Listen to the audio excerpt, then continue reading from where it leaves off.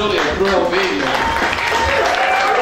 had a chance to talk to a lot of you tonight, take some pictures, sign some autographs, and you all made me really feel at home, and I'm very, very appreciative. But one thing I can tell you is that I'm the one that's honored because I am the one that got the opportunity to play in New York and represent you fine people, played on great championship teams, and at the same time, played with many great athletes. So, you know, you all remember the moments. I cherish them because I lived them on the field, and I really, really appreciated the way you people supported me, the baseball team, and you've got to have a name like Lou. It's the best name in baseball. It really is. They can boo you or loo you, you don't know the difference. From your earliest recollection, was hitting easy for you? It was easy in high school, and it was easy in college. And it was easy my first couple years in the minor leagues. And then my third year, I encountered the slider. And it wasn't quite as easy.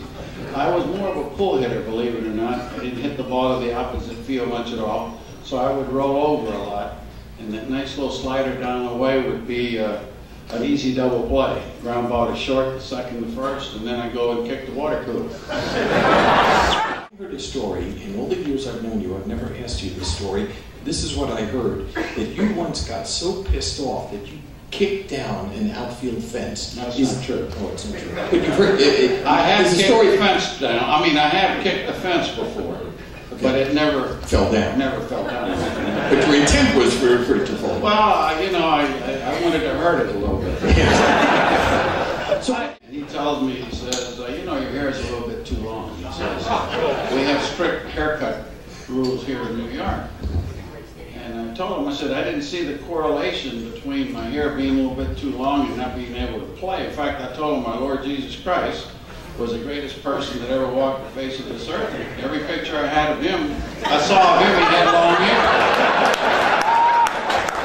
He didn't say a word to me. He grabbed me by the hand and took me across the street to the Fort Lauderdale swimming pool and said, if you can walk across that water, you can read.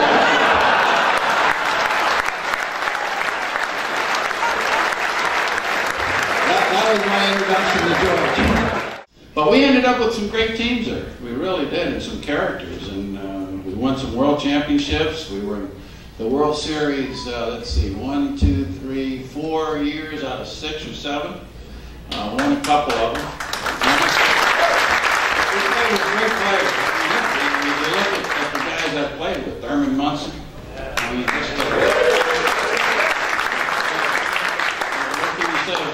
about Thurman, just a leader, a great catcher. We had Chambliss at first base. We had Willie Randolph. We had Bucky Dent. We had Nettles. How about Nettles? And then in the outfield, we had Roy White, myself. We had Reggie Jackson. We had Mick Quick.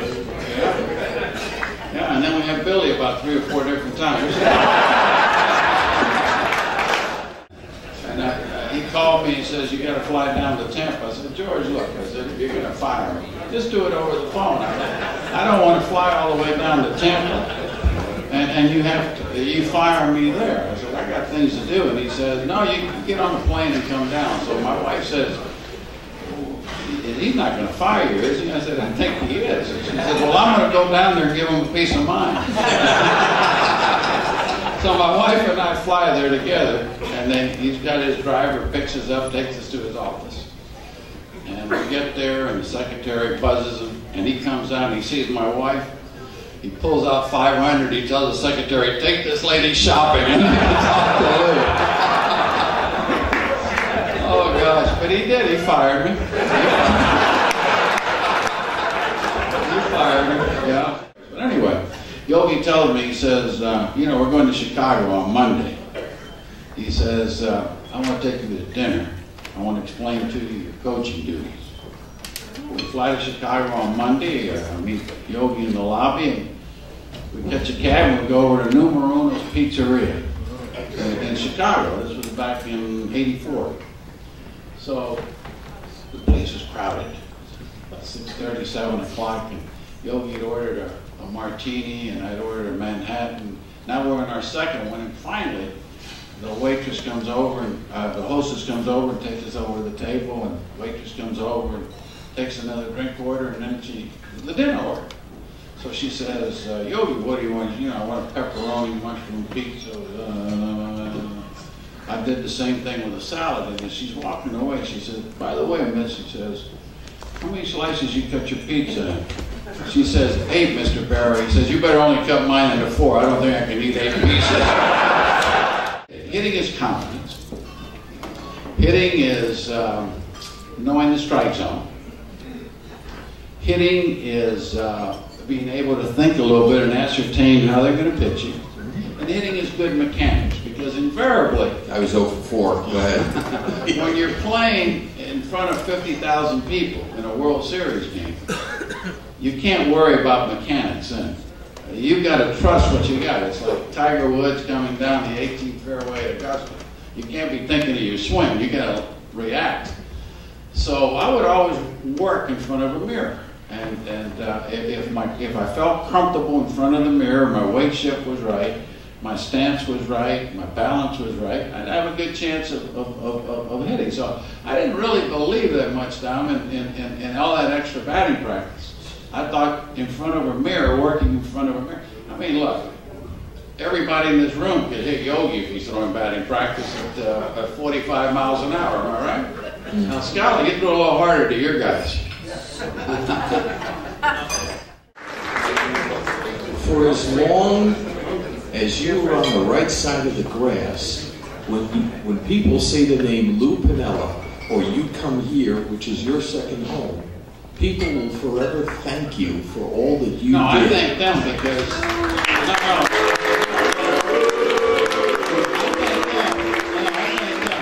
look at it from a different perspective. You know, people say, boy, we really enjoyed watching you play. You know, I really enjoyed playing here. It's special playing in New York and putting on the pinstripes and going into Yankee Stadium and seeing all the monuments and seeing the pennants and seeing all the great players. And then on Old Timers Day with DiMaggio and Mantle and Maris and Yogi and Elston Howard. And all these guys who would show up in spring training. And they would show up in spring training. I mean, it was unbelievable. It really was. And it made you a better player when you came here. You either became a better player or you were weeded out. And when you play with top-notch athletes, you've got to get better. You know, when I came here, I was more concerned about hitting than I was anything else. And as I started playing with these guys, I had to realize I better become a better outfielder so that I can help the team more. And that's exactly what happened. But you know, I'm the one that's lucky. I played in front of the greatest fans in the world, in the greatest city in the world, with the greatest franchise in pro sports. So enjoyed my association over there with Dom Scala a heck of a lot. Hard work, dedicated, a Yankee man. And if I had a kid growing up in the area and I wanted him to play for a particular baseball coach, believe me, Dom's the first guy I'd go to and get him on the program. So basically,